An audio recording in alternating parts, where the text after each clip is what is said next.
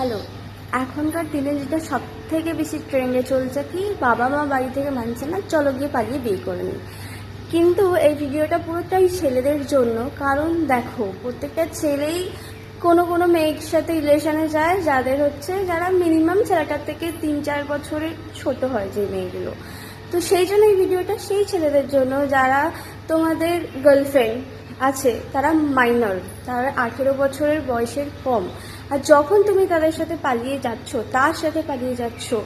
তার কনসেন্টে, কিন্তু তার ফ্যামিলির লোক যখন জানছে যে তোমার সাথে পালিয়ে গেছে তার মেয়ে, আর তোমার এগেনস্টে সে কি গিয়ে থানায় গিয়ে এফআইআর করতে পারে কিডন্যাপিংয়ের সেকশনে।